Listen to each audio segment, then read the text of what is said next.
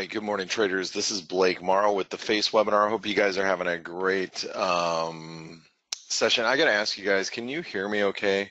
Test, test, test. Can you guys hear me? I can hear you. Good morning, Blake. Good morning, Stas. Yeah, I just I think my headset had unplugged, and I just wanted to make sure that the USB was plugged back in, and everything sounded okay. So, thank you very much. Like I said, I hope everybody's having a great day. It's a hump day. Dale Pinkert is still out. He'll be out until the end of this week, so he'll be back on Tuesday of next week.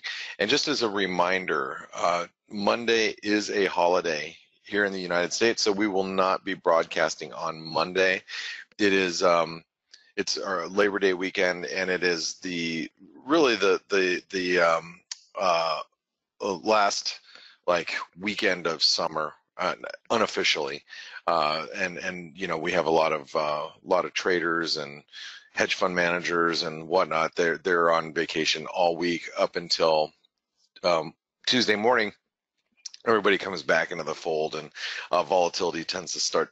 Volatility and liquidity starts to pick up starting next week. So I personally am happy for the summer to be over. I know you guys are. It's just, you know, summer trading is the worst, in my opinion. It is just by far the worst. So and this summer has been, you know, it's actually, we've had a little bit more volatility than normal due to you know, I guess you could say, you know, trade and just, I think trade has been, you know, the majority of it. Turkish issues. So we've had a little bit more volatility than normal summers. Some summers can be really slow, but at least this year we've had some volatility, more so, like I said, more so than others. Anyway, what I want to do with you guys today is go through all the majors, obviously, and we're gonna set up the bias chart and get that all set up. There it is. Okay, so we're gonna get the bias chart all set up and go through all the major currencies. Now, before I do this, I want to point out a couple of trades or possible setups. Okay. First and foremost, the Aussie. The Aussie has gotten hit today, and what's really interesting is one of the major banks in Australia had actually raised rates without the central bank. So without the RBA raising rates, the one of the banks did. Now, the Aussie actually came off and has sold off as a result. I don't understand why. I would actually think that the Aussie would rally as a result, but the Aussie actually has come under some pressure. Now, that has led to and if you've been listening here all week, you know, I've been waiting for the Aussie to continue to roll over anyway. I don't think Australia is out of the woods by any stretch of the means, politically. And I think that you know, this ongoing trade war with China is going to continue to weigh on the Aussie anyway. But the Aussie has rolled over against, like, there's the Aussie New Zealand, you know, resuming its downtrend, and this is after it, you know, after the Aussie New Zealand got hit last week following the change in leadership, and the Aussie dollar has obviously come back under pressure, and you know, we were trying to probe the upside here, but if you read, you know, the basic technical analysis for the Aussie, just go back a few days, and Aussie dollar is close to triangle resistance, which could allow for a move beyond the 74-cent level on a breakout. Overall, the US dollar is weak against most majors, so this is a strong possibility. We held triangle resistance and continue to consolidate longer term. 73.65 seems to be very strong resistance now, and that was yesterday.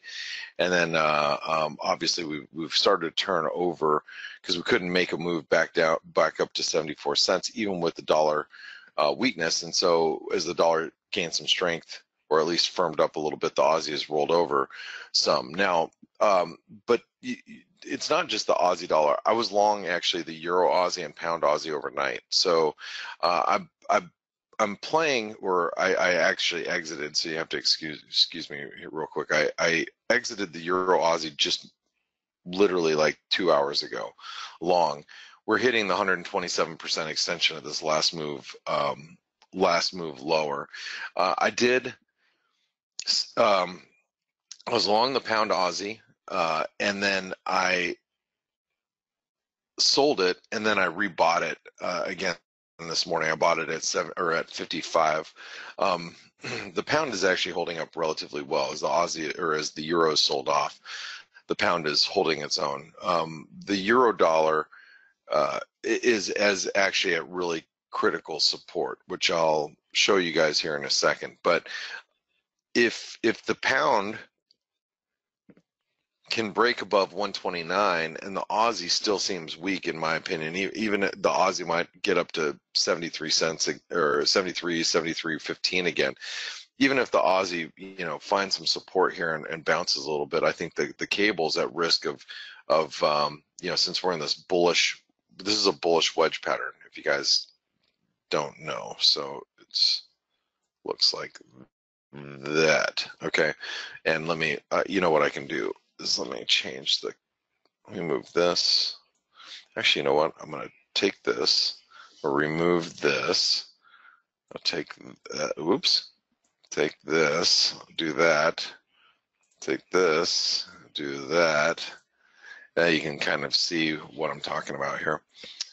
We have this bullish wedge set up with the pound, and frankly, I think the pound's at risk of eventually breaking higher here. And if the pound, it's above 129, and definitely if it clears 129.50, I would not want to be short the pound Aussie. I think the pound's going to rally against everything. I was in a euro pound short for the last several days. Really, even though I made money on the trade, and just so you guys know, I got limited out at 90.50 overnight. It was a really poor trade on my account. I actually shorted it at this 127% extension. I want to say it was Friday. Or no. I'm sorry. I shorted it right here on the spike above the 618 is where I shorted it. And if you think about this, I shorted it right at 60. This is where my cost average was. I'm gonna draw this out for you. I'm gonna explain to you guys.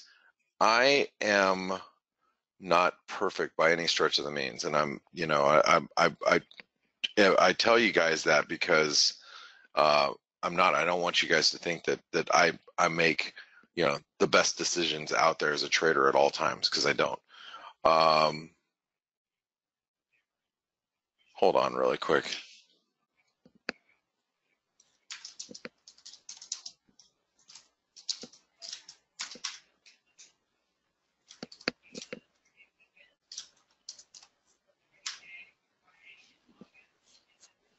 Okay, so I shorted the, hold on really quick. I gotta say hi to somebody.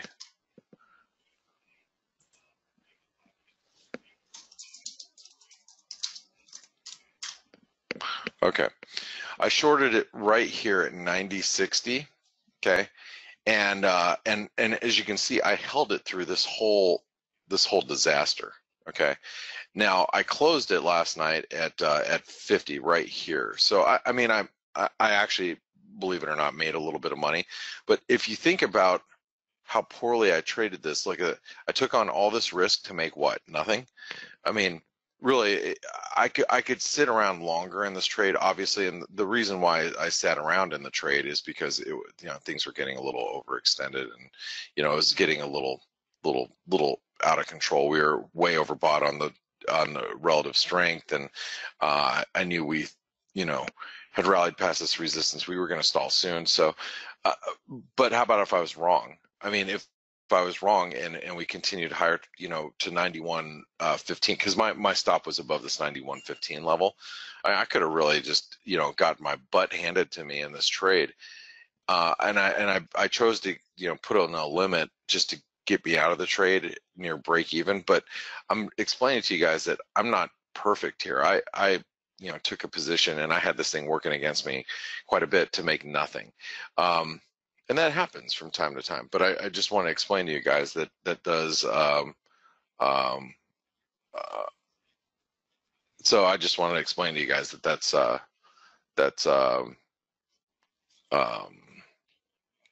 what had happened. Anyway, okay, so let's go into the majors and let me see if I have any questions from you guys as they're rolling in. Dave asked, no singing, please.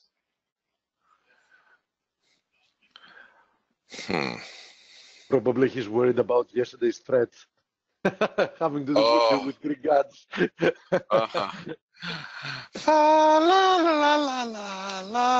there it is, the Smurf show. Okay, all right, enough of that. All right, time to get started. And good morning, Steve. All right, so let's go with the euro dollar, and let's let me actually, I'm going to start with the dollar index. So I picked up some euro on a bid at 116.60. Now, as it dipped down to 116.60, I got limited. I forgot I actually had the order, and I was sitting here this morning. I just woke up, and my eyes were kind of, as you can, like I was just kind of like wiping the sleep from my eyes, trying to figure out what happened with the euro pound, and I was, closing out my pound Aussie and my euro Aussie longs, and the euro dollar, I totally forgot that I had an order in at 116.60 to get long, and you'll notice overnight that we went to 661. 1661, 1662, and obviously my order didn't get triggered while I was asleep, but it was still sitting there. I totally was, I mean, you have to think about it. I'm getting, it's 5 o'clock in the morning. I mean, I was up at 3, and you try getting up at 3 consistently every single day. I was half asleep, looking at my screen, trying to get my thoughts straight. As I woke up, it was like 3:15 or whatever, and then all of a sudden I got limited into a trade at 16.60. I forgot I had a bid in here, and I got in, and obviously I'm still long right now. I was like, oh, I forgot I had a bid in there. We went as low as 16.50, and then we're bouncing a little bit. I am still long the euro dollar. Now the question is why, and I'm going to show you the dollar index. So the dollar index, the reason why I was setting up this trade last night is that the dollar index has a bear flag pattern. We have, you could, here, I can draw some of this stuff too. I can, bear flag pattern. A lot of people are looking at this as a, as a head and shoulder pattern. Looks like that, like that. Yeah, I'm just drawing this out for you guys like that, and this is the neckline. I'm like, okay, but what's more important to me is you can see this, the dollar index, this broken trend line here. We're basically just retesting the broken trend line, retesting the neckline, and so as long as we stay below like 95, I don't mind being short the euro dollar, or long the euro dollar, short the dollar index. But the dollar index really needs to turn here to continue this move lower, in my opinion. So there's a chance that, especially if the market goes risk off, there's a chance that the dollar index can start squeezing, catch everybody on the wrong side of this trade. So you got to be a little careful with it. But I like the cable. I think the cable still looks pretty good. The euro is just trading pretty heavy. And one of the reasons why the euro is trading heavy too is look at if you guys haven't seen the U.S. dollar Turkish lira, the lira is ripping again. The higher this thing goes, the little bit more worried that traders are going to be to be long the euro dollar. We don't want to see the lira back at 7, because some of the biggest exposure to Turkish debt right now is in the European Union. So this Turkish lira really starts to get some wheels on it again and starts to head back up towards 7. That euro dollar is not going to take kindly to that, I don't think. So this is something that we need to be watching.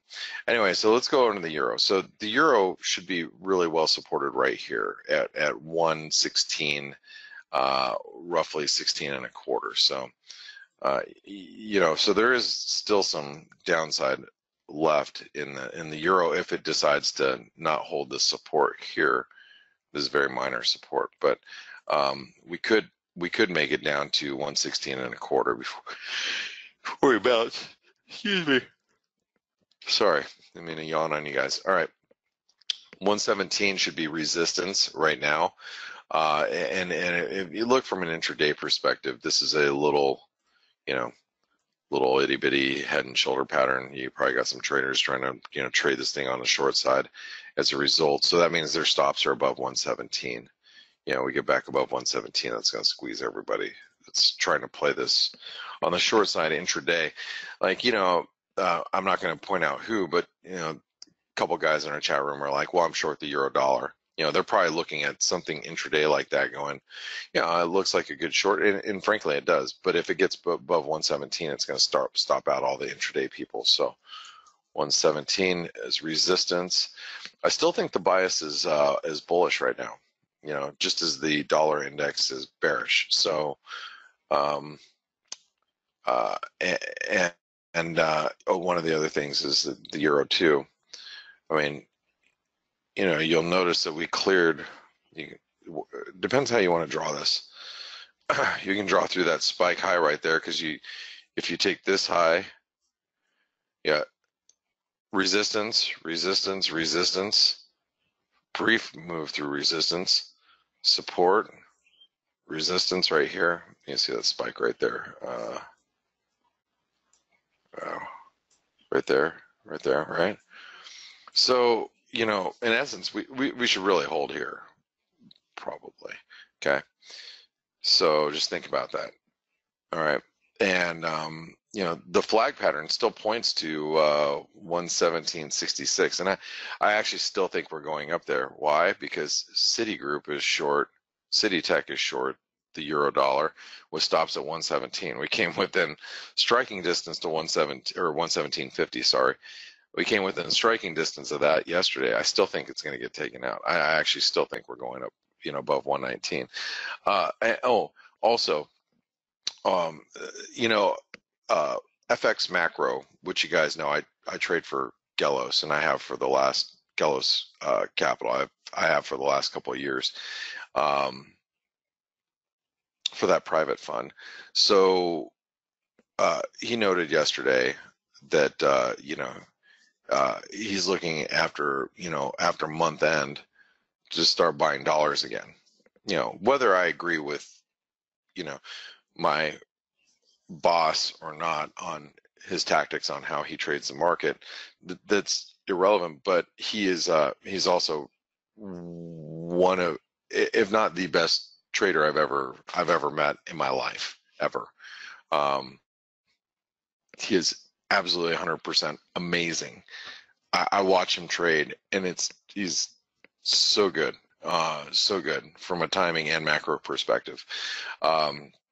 Now, the reason why I point that out is he's waiting for after month end, which we are at month end right now, and that there might be some dollar weakness coming in through month end. I've also got a personal message from Mark Chandler from Brown Brothers, and this was last Thursday or Friday. He was also considering hearing there's some month-end dollar selling coming in too. So if you think about that, if month-end dollar selling is, let's say it's fairly aggressive, and we don't have a whole lot of liquidity, we could very easily be trading closer to 118 by Friday. Now, here in 10 minutes, also keep in mind we have advanced GDP numbers looking to come out, and if they come in less than 4%, this market's gonna, the dollar's gonna get walloped on advanced GDP. So so just little heads up. Okay, you know what? I have just a few minutes to fill all this stuff out. Well, at least fill a lot of it out. So here's the cable. Cable right now, resistance at 129. I'm going to write that down. 129, and then 129, 129. What is that? 35? 35. 129, 35. Everything is awesome. Everything is great when you're part of a team. Everything is awesome. All right, so this is support 120. Someone's in a good mood today. Just Also, I'm giving everybody their fill, because you know it's not every day that I get to host. So those guys that miss my my old singing, I just had to give them a little bit of a taste. All right, there's some support right here on the Aussie, right here. But I'm going to write down really key support. It's going to be at 72.70. That's triangle support. 270. Okay. Resistance. I think anybody that's long right now is probably like, get me the hell out of this thing. So if you can get, if it can get back up here to 73.30, I think you're going to get a lot of people wanting to sell up there. Still in a range. Whoops. In a range. Kiwi's. If you guys haven't seen this, we're just, you know, this 67.33 is really key resistance. So 67.33. That's the 618. And if we can break above that, then you know we should start to see a squeeze here in the Kiwi. Now support 66.70. 66.70. Still in a really more of a range. Dollar CAD. So I bought the dollar Canadian yesterday at 129.03. So you might ask, why did I buy the dollar Canadian yesterday at 129.03? And by the way, I got out of it at 129.34. So or 33. I made like 29 or 30 pips or something. So why did I buy it, the dollar Canadian? Well, if you use ForexAnalytix, you knew this way in advance, like days in advance. Been looking for a move to 129 for like forever. Okay, why? Because whoa, pound Aussie is moving.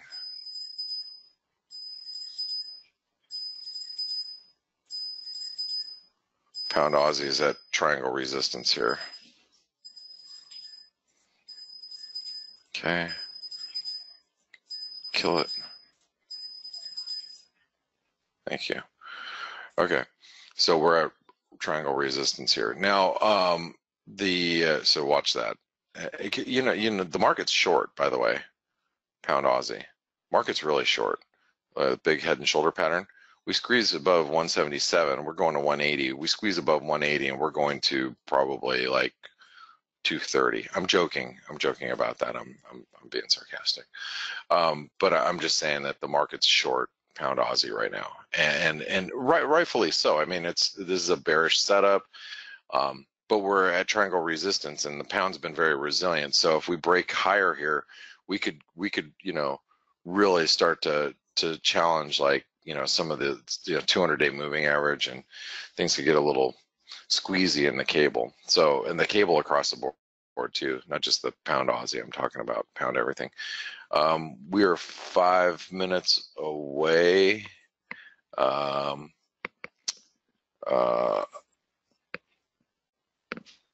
Let's see here. where was I at? Oh, dollar Canadian. Okay, so reason why I bought the dollar Canadian, trend line, multi-year trend line, retest,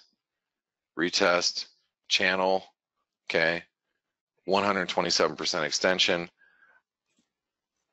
I bought it yesterday at 129.03 on this dip, and then I sold it at 129.32 or 33 right here. I'm not long anymore, but we do need to get back above 129. What's that spike low? 129.60 in order for this to take the bearish spin off of this thing. So we'll write 129 as support, 129.60 as resistance. It is a range, but it can't can't take the near term bearish pressure off. Oops, I dealt with that until this is broken. This has to be broken. This red line here, that has to be broken. And you know, I was telling people yesterday. I mean, if you see what the U.S. dollar Mexican peso is doing, why would you want to be short the U.S. dollar Canadian? I mean, this NAFTA deal is far from done, and same with the bilateral U.S. Mexican you know, deal, whatever you want to call it, far from done. That was some straight up apprentice shit that we saw yesterday on TV. Straight up apprentice shit. I mean, seriously. You know, you had the president with the Mexican president Peña Nieto, or whatever, however you pronounce his name, on the phone. I mean, and on speaker. I mean, that was borderline ridiculous. I mean, it really was. That was theatrical, like beyond. I mean, I don't even know what to say about all that. But anyway, that deal's far from done. And when AMLO comes in, AMLO is going to go, you know, that's not such a great deal for Mexico. You know. Anyway, look at what's happening with the peso. It's ripping. The dollar mex. Okay, it should be going the other direction. If this deal was done, we would be going down. The peso would be strengthening, and this is going to catch a lot of people off guard. A lot. Okay. So anyway, I'm sorry, we got 2 minutes. I'm saying that because why would you want to be short the dollar Canadian if you see what's happening with the U.S. dollar Mexican peso? I've read a lot of articles about how Canada is really, you know, they're not even close, and you know, I think Canada is going to be more, you know, more of a, and they've already proven to be, they're going to be, you know, more of a hardliner as far as negotiating goes. So Peña Nieto is just trying to, you know, save his legacy, I think. But, you know, as far as Canada goes and Trudeau, I don't think he's going to roll over that easy. So I don't know if I'd want to be short the U.S. dollar Canadian. Now, does that mean that I'm going to short the U.S. dollar Canadian? I'm not a real big believer in the U.S. dollar right now. Obviously, I'm long the euro, and, you know, I think gold's still going higher. So, you know, I still think the better trade is maybe long euro Canadian or long pound Canadian or something like that. I'm not long either one. I'm just stating. Okay. Okay, we have. And by the way, the dollar yen's not doing anything. GDP numbers coming out 1 second, guys. Look, this number right here. This is a Bloomberg terminal, so you'll see this pop up here before anywhere else. If that comes in less than 4% right here, now we also have PCE and GDP price index, personal consumption, all those numbers, but GDP annualized quarter over quarter, if that comes in less than 4%, the dollar is going to get walloped, in my opinion. So there's a good chance it comes in lower than 4%. We have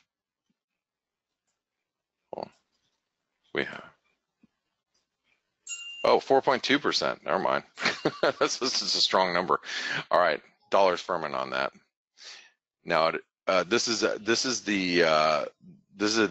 GDP too. So Personal consumption came in less than expected. PCE came in line. So I don't know if I'd get too carried away with dollar weakness right now. I mean dollar strength right now.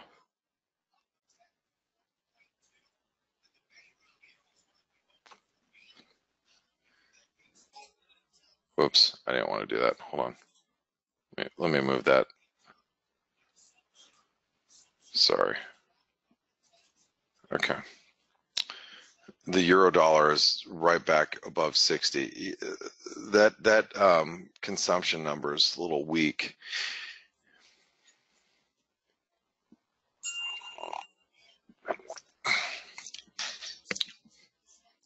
This dollar spiked up and, you know, looks like it might come right back down again.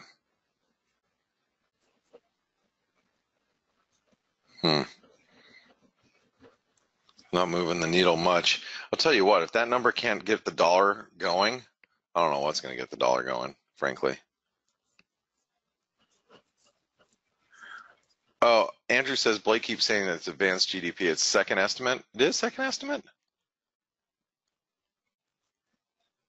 Oh, it's preliminary. This is still preliminary, yeah. Yeah, okay, sorry. You know, again, shut up, Andrew. Tired and it's hump day. You can try getting up at 3 o'clock in the morning every morning. So just shut your mouth. I thought it was advanced GDP. I really did. All right, well, second estimate. Well, look at Andrew go. No, thanks for the correction, really. Okay, let me finish all this up, though. I really need to get all this done so I can pass it over to Steve. Canadian. Already did it. All right, Swissy, extremely weak. We held the 200-day moving average. 97.50 is support. If this thing gives way,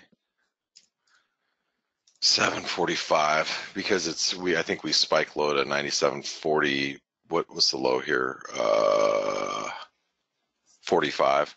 Yeah, if we break that, yeah. Do you know how many people are buying the Swissy right now? How many people bought the Swissy the last couple of days? They're like, oh, this is the 200-day moving average. It's got to be supported here. This thing cracks this 200-day moving average. We are going to see 96.70 probably fairly quickly. That'd be my opinion.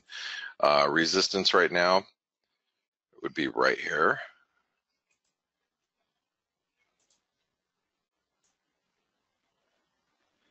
$98.10. 98.10. It's bearish.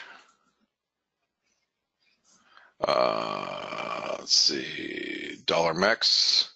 Like I said, dollar. You know, anybody who's short we call her Salma, like Hayek, in our private chat room, the ForexAnalytix chat room. We like to call her Salma, but I'll tell you what, if you're short the dollar max here, there's a risk that we bust through this 1938 and then really start squeezing, because this is the 38% retracement of this entire move here. We're outside of this channel, so now this is support, which is 18.99. So where are we at? 18.99. Okay, resistance right now is 19.20. Right, no, 19. It'd be this spike high right here, 19.16. And beyond that, then we're going to start looking at 1939, 1940 again. So I'd be really careful with being short the dollar. Being short the dollar max right now. U.S. dollar, Norwegian krona. It's about so frustrating. 840, 830. This thing's not doing anything. Same as yesterday. 830, 840. No reason to be trading that right now.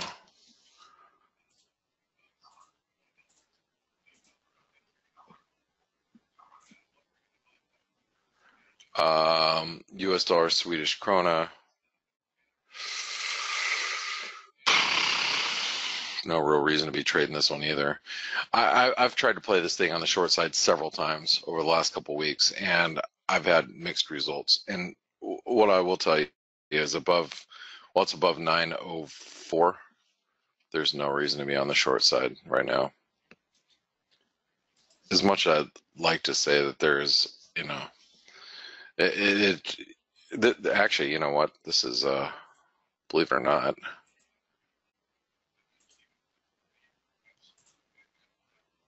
huh.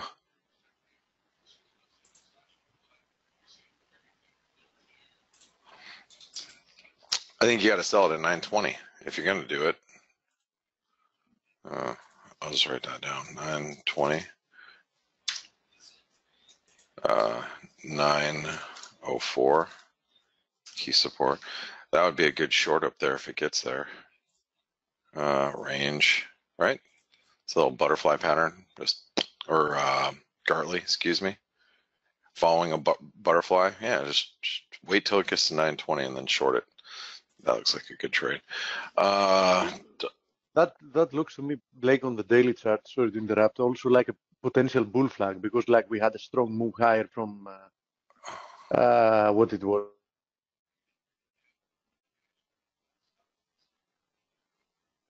Steve?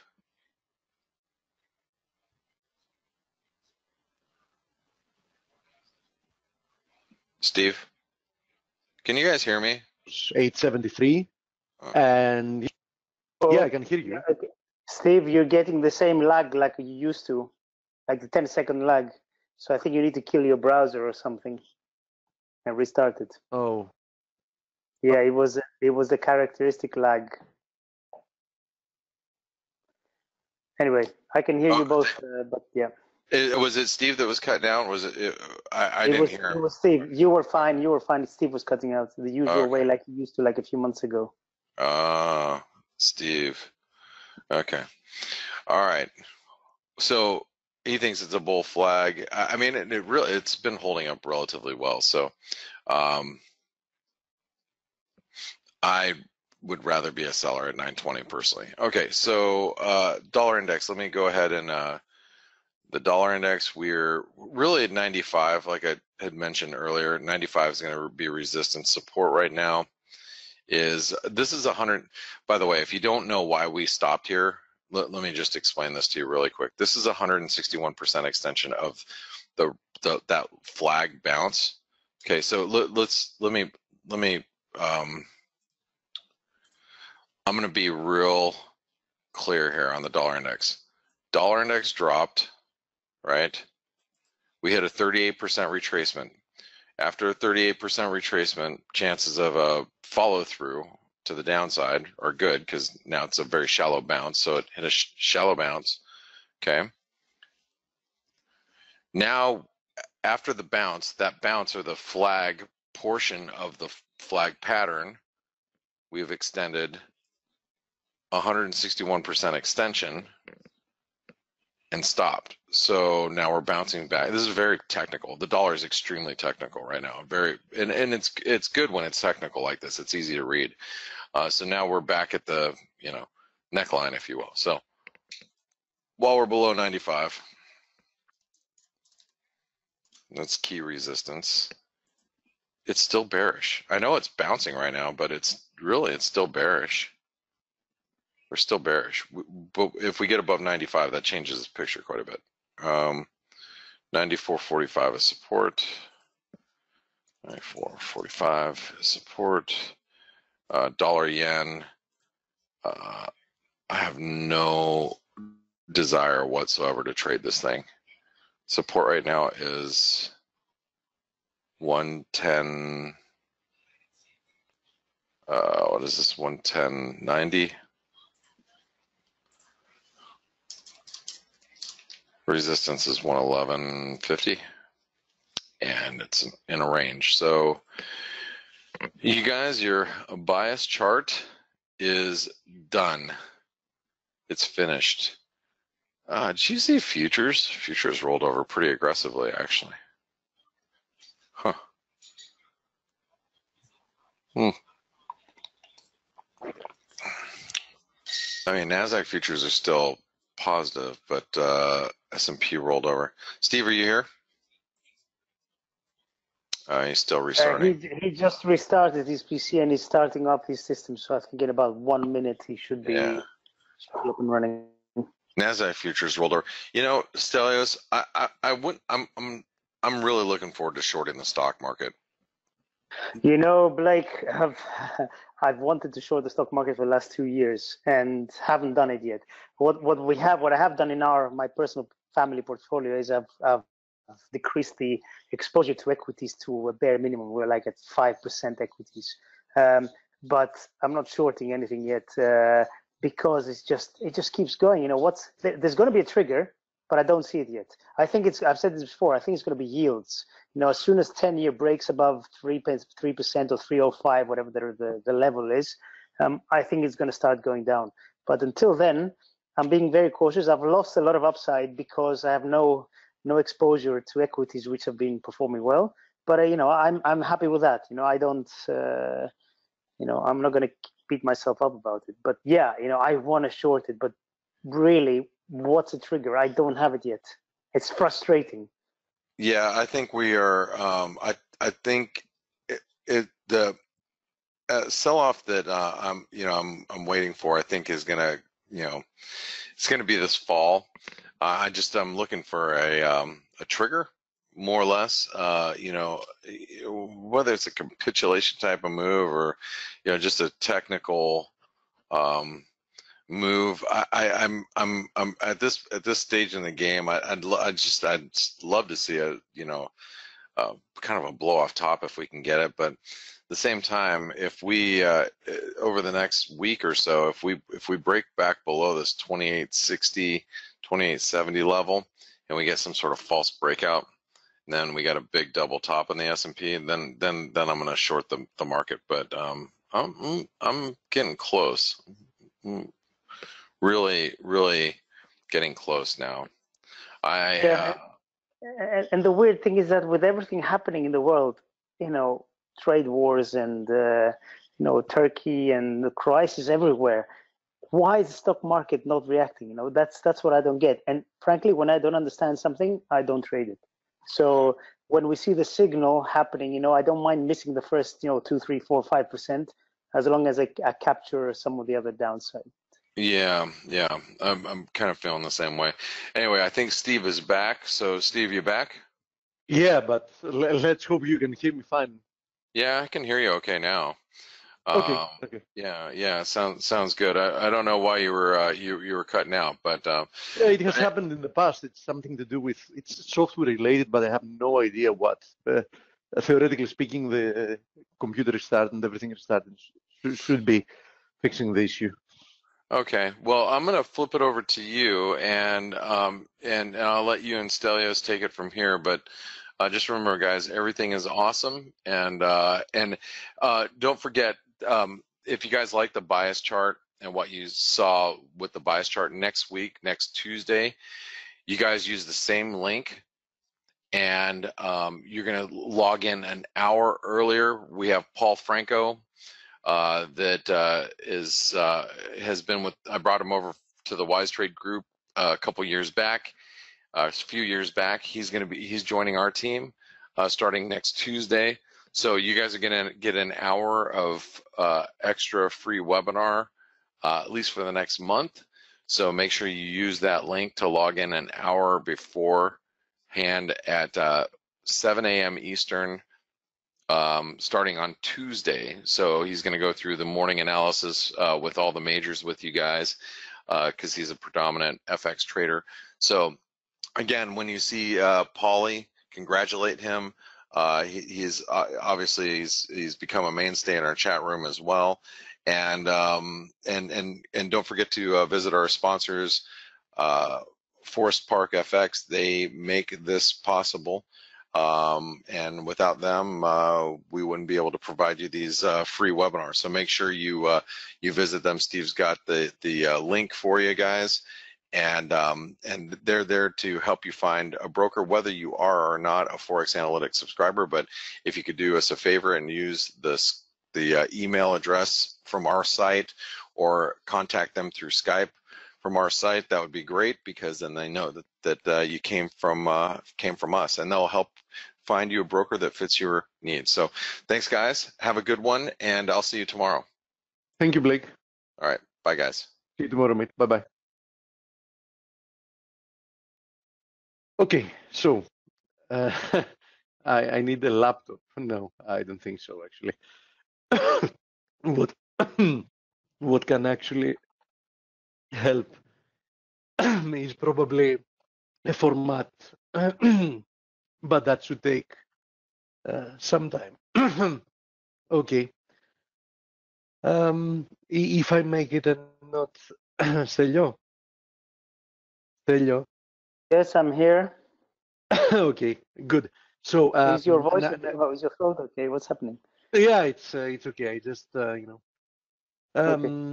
So let's see what we have. By the way, having to do with USD SEC that I was mentioning before, I was also looking for a potential short in the USD SEC. I was I was monitoring this ascending wedge, which looked lovely.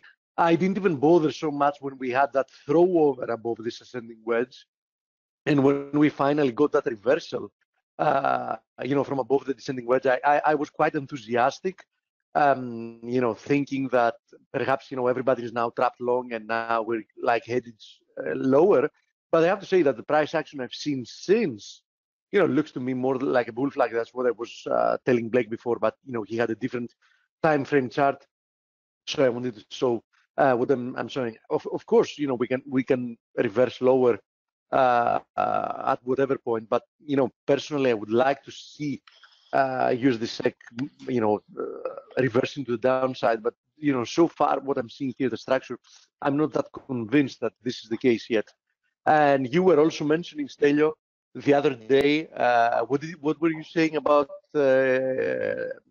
Sweden? Sweden, I think I mentioned the fact that there were the PPI came out at 8.4% year on year, or something like that. Yes, something ridiculous. Yeah. Yeah. So yeah, we're seeing inflation. Yeah. Which I mean, you would expect that kind of a number, from a different type of economy. I mean, honestly, when you told me, I was like astonished. I mean, it's an unreal number for a developed market, right? Yeah, absolutely. You know me. Okay. The Nordics, I think, are extremely cheap at the moment. Undervalued. I really don't They're undervalued. And speaking of that, and having a look at USD NOK, I think that the move lower in the USD NOK actually looks better than the one in the USD SEC. First of all, because the rejection in the USD NOK happened from a very, very key area, right? It's this channel resistance, and this is a very long-term formation. And the second reason is that if you look closer to this move lower, I can even count 5 waves here. So, even if this is a corrective move, which there is a chance that it is a corrective move, I have to be honest, I would find it a lot more likely to see at least one more leg lower in the USD NOK than in the USD SEC. I mean, comparing the structures of the two. So, I think that USD NOK looks better to the downside if I had to choose one of the Nordic currencies to be short at. So, having said that, let's have a look at metals, crosses, etc. So, and speaking of which, we were talking. Blake was mentioning the Turkish lira before. Listen, since this was a blow-off top here in the Turkish lira, the only thing I have to add is that first of all, nothing has changed in my opinion. I mean, I do think that nothing structurally has changed for the Turkish lira, so there is absolutely no reason why it shouldn't keep depreciating. But I do see the possibility that we're going to get some more, at least consolidation before we move higher. Given the vertical nature of the move prior to this one. So, either another leg lower, a little bit lower, I don't know, towards 550 or whatever, or perhaps second scenario would be having the market form something like a triangle. That's also a possible scenario. right? Something like that before moving higher. So to be honest, although I remain very bearish the Turkish lira, I wouldn't be surprised if it takes a little bit more time for us to break through the previous high. So this is something to consider. Now, having to do with other exotics before I go to the usual, because I know that frequently people ask, for example, about the ZAR, and I'm very aware of what's happening. The crazy stuff that are happening in South Africa. I have to say that the USD ZAR looks like it's forming a pennant here. So this looks to me like a bullish consolidation that has like a high chance of breaking to the upside. So I think that this looks good for a continuation higher. USD ruble, I think that clearly this is another triangle, and as the previous triangle, I would expect that to be resolved to the upside sooner rather than later. USD against the Singaporean dollar, so far consolidation, perhaps it's going to be resolved to the upside as well. Definitely not enough to talk about it having turned lower. Now the only one that looked like somewhat more bearish was the USD Chinese yuan, and this is quite important. We know how much it has moved the market in total lately. So I have to say that I was looking at this as a potential head and shoulders formation. We actually did break below that neckline, but we seem to be moving higher today again. I think that if this is to be the case, we have to see a rejection from current levels, because if we actually continue moving higher, then this was clearly not a head and shoulders formation. Then the way we should be looking at this is simply as a move higher to this point. Let me show you, move higher to this point, and then a pennant, right? Or a bull flag. You can call it whatever you want. So in this case, we should be focusing mostly on the bullish formation. Why? Because the prior move higher was clearly very strong. I mean, it was impulsive, right? So the head and shoulders formation scenario, if we break above this level, gets invalidated, and then we need to respect once again what the trend is, and the trend would indicate that the bull flag is a very high probability scenario, in which case a resumption higher and the push above seven eventually should be in the cards. And I'm stressing this out because we know very well, and by the way, a lot of days ago, as you see, this is what we drew, that we might see a corrective move lower, perhaps taking us back to 670, which was like an important support resistance area for the market. But even if that's the case, even if that happens, we have no reason not to expect this market to eventually push to new highs. And as I said, an invalidation of this head and shoulders formation might even indicate that we already found a low higher than I expected, and we're on our way to levels above the 698 or whatever was the previous high. One thing is for sure, and this is something that has to be noted. This was a move from 6 to 7 that took like from the beginning of 2014 to the beginning of 2017. So that was like a 3-year move higher from 6 to 7.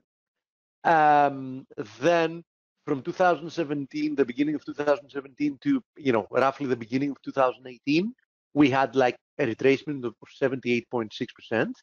But then look at how little it took to retrace this whole move lower. So just compare this move lower with this move higher. I mean, this was clearly, a slower, more corrective in nature move lower, and then look at how little time it took to retrace almost all of it back. Meaning that,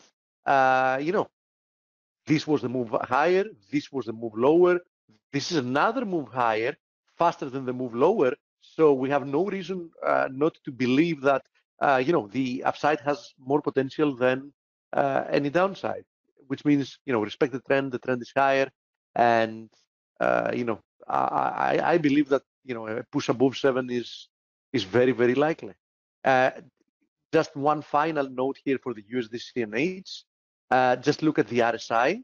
I mean, the way that the RSI has been pushing lower also indicates a correction. I mean, the RSI has slowly drifted lower towards roughly the 50 area, which is also something indicative in corrective moves.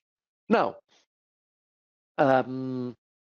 let's have a look at the metals, and then we can have a look at a few of the yen pairs. So a decent correction lower in gold. I was hoping for something like that, and then especially I'm hoping perhaps for a move towards 1195, 1197, because I'm going to add to my exposure. I only have like 1/3 position long from 1207 roughly. So, you know, I want to add a little bit more there and perhaps a little bit more lower because I want to build a position to expecting at least one more push to the upside.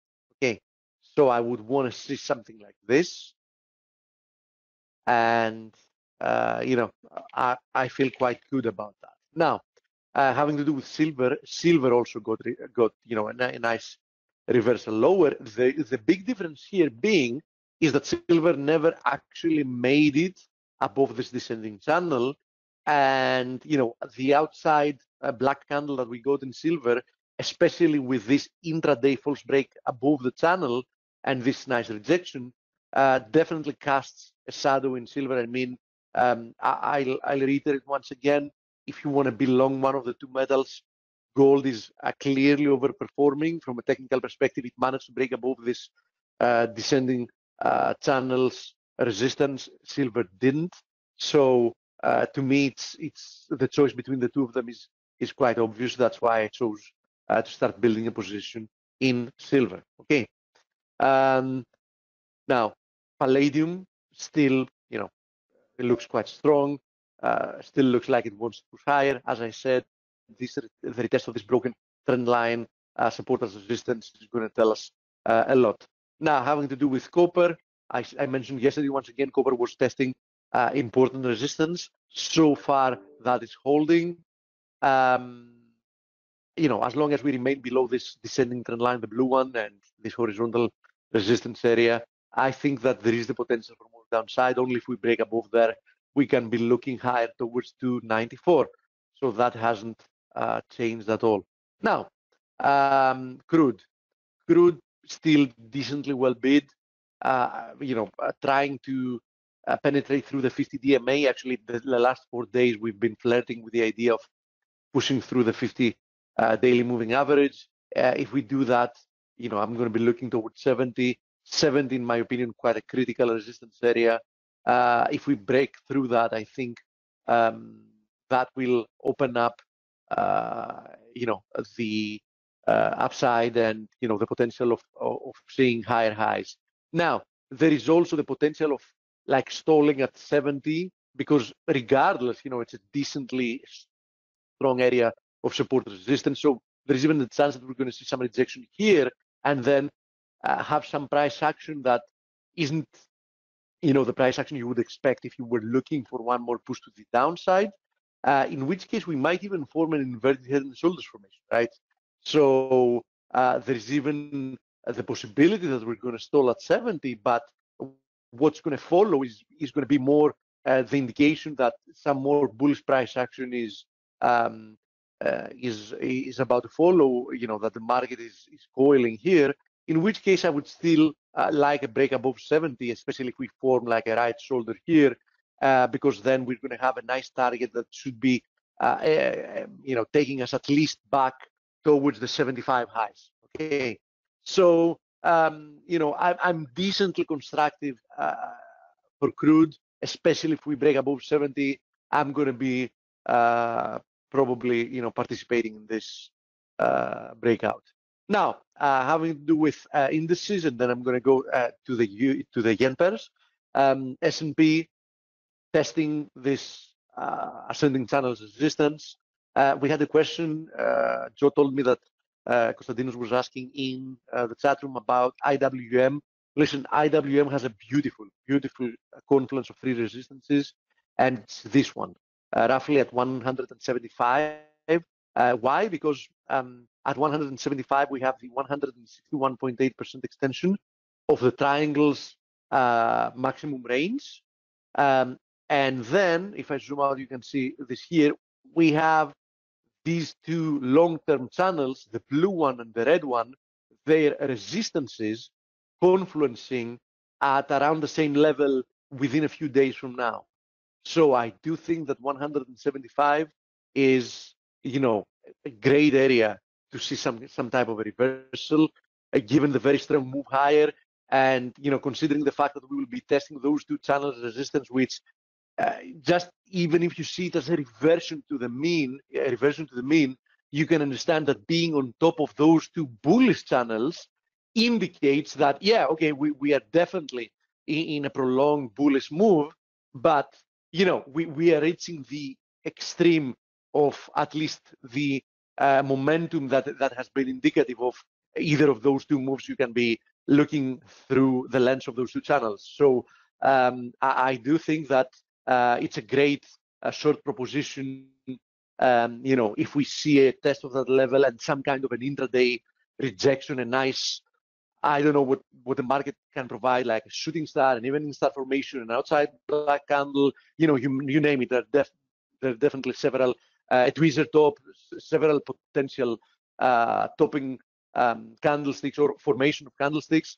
That's all I'm going to ask for if we're up there to start building a position, because when you see some nice signal at an area that is definitely an area of interest from a technical perspective, and given the move higher, which has been quite strong for several days now. I mean, if you take the S&P as an indication, because this is in essence the benchmark, keep in mind that from the beginning of April to today, we've had a move higher that more or less had very minimum pullbacks, right? So, although nobody can doubt that the trend remains to the upside, even like a pullback towards, for example, let's take the S&P, even if it pulled back towards 2790, which is like a little bit more than 100 handles lower, it's going to still remain bullish, right? It's going to still, from a technical perspective, maintain, the bullish momentum, but still, there are more than 100 handles to be made to the downside. Now, having to do with Nasdaq, we were talking about that yesterday. Nasdaq is holding for the time being at this confluence of resistances, but I would even like a little bit more to see, a little bit of more upside. I would want to see a test of this confluence of resistances, the 161.8% extension of this move lower, with this ascending wedges resistance roughly at 7,740. So I think this is going to be the exact same deal with what we're seeing in the Russell, in the IWM. It's going to be a nice confluence of resistances after a very strong move higher. If I see some kind of a big daily reversal, that's all I'm going to need to to pull the trigger and start gaining some exposure. For example, if we're talking specifically about the Nasdaq, let's assume that we go up there and we see some type of reversal. I would like to build a position, start building a position, for example, a third or half a position, and then if I also see like a break below this ascending trend line support, that's what's going to get me triggered to establish a full position. Because if we also break the wedge, even if you don't believe this is a wedge, just focus on the ascending trend line support. You can see that just this ascending trend line support has been tested by the market multiple times. Every single time it held, perfectly. So this trend line matters to the market, right? So even if you don't believe that this is an ascending wedge, and you just want to focus on this trend line support, a break lower from that should at least produce some follow through, right? At the very least, I would be looking for a move towards this low at 6,940. But just look at this. I mean, especially if we push a little bit higher, that might end up being like 800 handles lower, which it's a decent amount of money to be made. If you start gaining some exposure to the highs and then add below the wedge. So that's my plan having to do with the indices. But until I see something like that happening, I have to remain patient. What am I going to do? Start buying here? I mean, it makes absolutely no sense, right?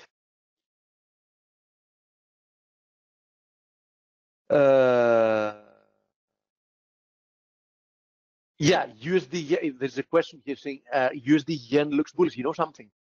I have no objection to that. I mean, first of all, USD yen looks like a mess. Let's begin by saying that. Why does it look like a mess? First of all, no matter how you look at it, this whole move from the June 2015 to today's levels, this whole move is likely like a big triangle, right? So if you connect like this low to this low, so this looks like a triangle. So because it looks like a triangle, and it very clearly looks like a triangle, it has a very high potential of ending up breaking to the upside. Why? Simply because there is absolutely no question that the move that brought us in this long-term triangle was extremely, extremely bullish, right?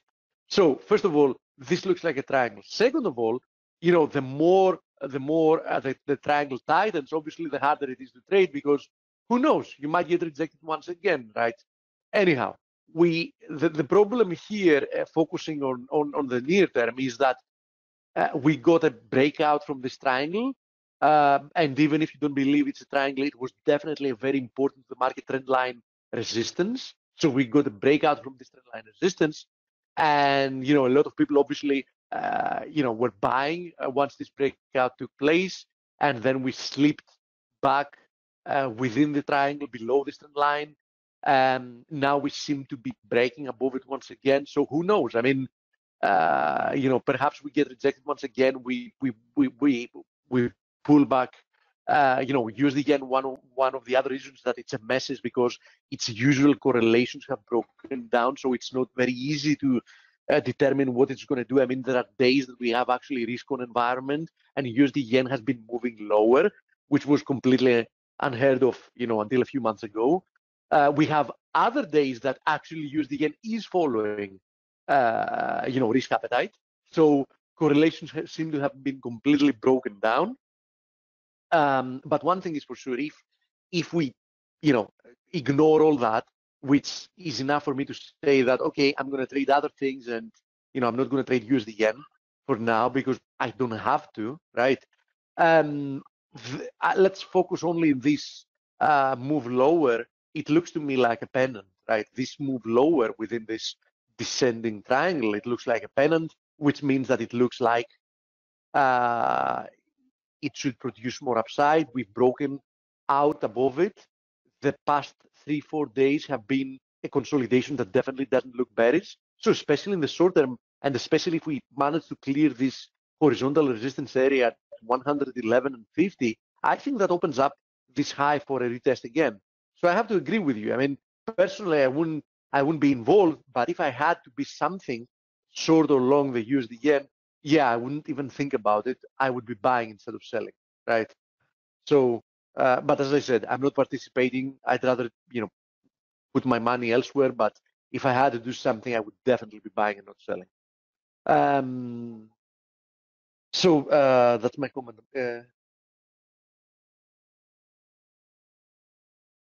Yep. Swedish election coming up September 9. It is most likely going to create a governing mess. Actually, Stelio, do we have any information about, have you had any look at the dynamic for the Swedish elections? I haven't, but I'm going to get cracking on it.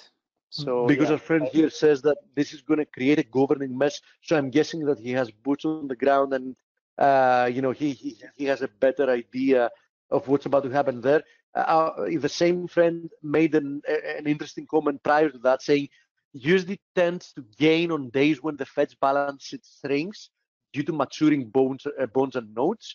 US markets experienced the largest liquidity shrink so far this year at July 31st, when bonds worth 28.5 billion came due. The negative impact on US excess liquidity was 24 billion.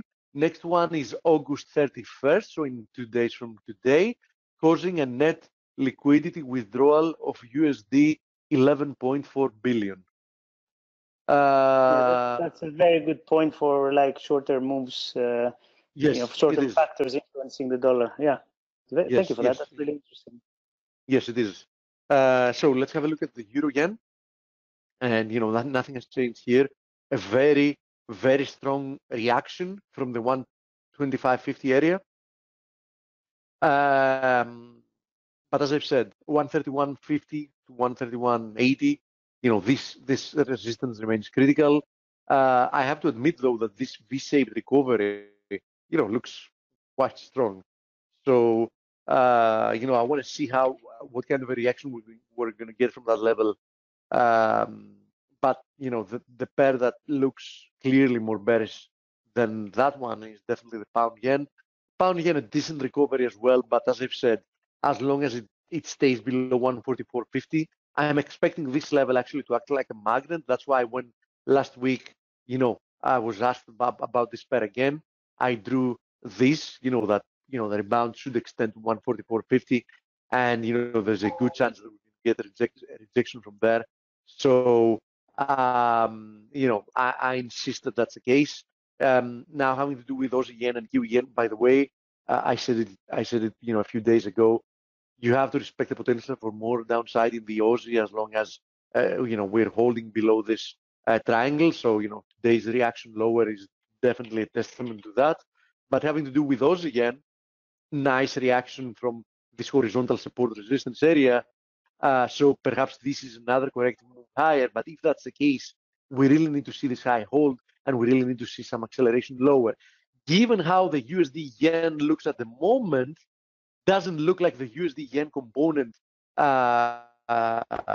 is about to help much. At least not from what we're seeing at the moment. And now Kiwi yen, what's this 75.15 level? Especially in a couple of days, in a few more days, it's going to be confluencing with this descending trend line resistance. The 50 DMA is roughly there as well. So I think that before we turn bullish for Kiwi yen, we have to respect the potential that anywhere between 75.50, we're going to get rejected once again. And if that happens, you have to be looking lower, simply because we've spent so much time depreciating within this channel. So the trend is your friend, and as long as this channel is holding, it is what it is. Now, one pair that we haven't had a look at recently, but I talked about it while I was on vacation. I think that the Aussie, I said several days ago that I think that the Aussie Kiwi has a lot more potential to the downside, simply because I'm looking this move higher as a clear ABC. It was a perfect ABC, almost perfect ABC move to the upside. So far, the move lower looks a little bit more impulsive, especially if we clear. This is a triple confluence of supports at 108.5. So at 108.85, triple confluence of supports. This ascending channels support, the 200 daily moving average. This same area has been acting several times as support resistance, so horizontal support resistance area as well. 50% fib, so quadruple confluence of supports, 50% fib from the move higher, from the lows to the high that we saw at 111.75. So there is no question in my mind. We might see an initial reaction from this support higher because nothing moves in a straight line. But if we do breach this to the downside, I think we should be headed back towards 10.55, quite soon. So this is something I wanted to mention again because we hadn't had a look at it in a couple of weeks, and giving an update is always a good idea. So if we have no more questions, I think we can call it a day, and then we're gonna see you again tomorrow, usual time, and for ForexAnalytix members, we're gonna be on the chat room. Thank you very much, Blake, Stelio. Stelio, if you don't have something to add. I don't, so we'll see everybody tomorrow. Have a wonderful day. Bye-bye. Thanks, Steve.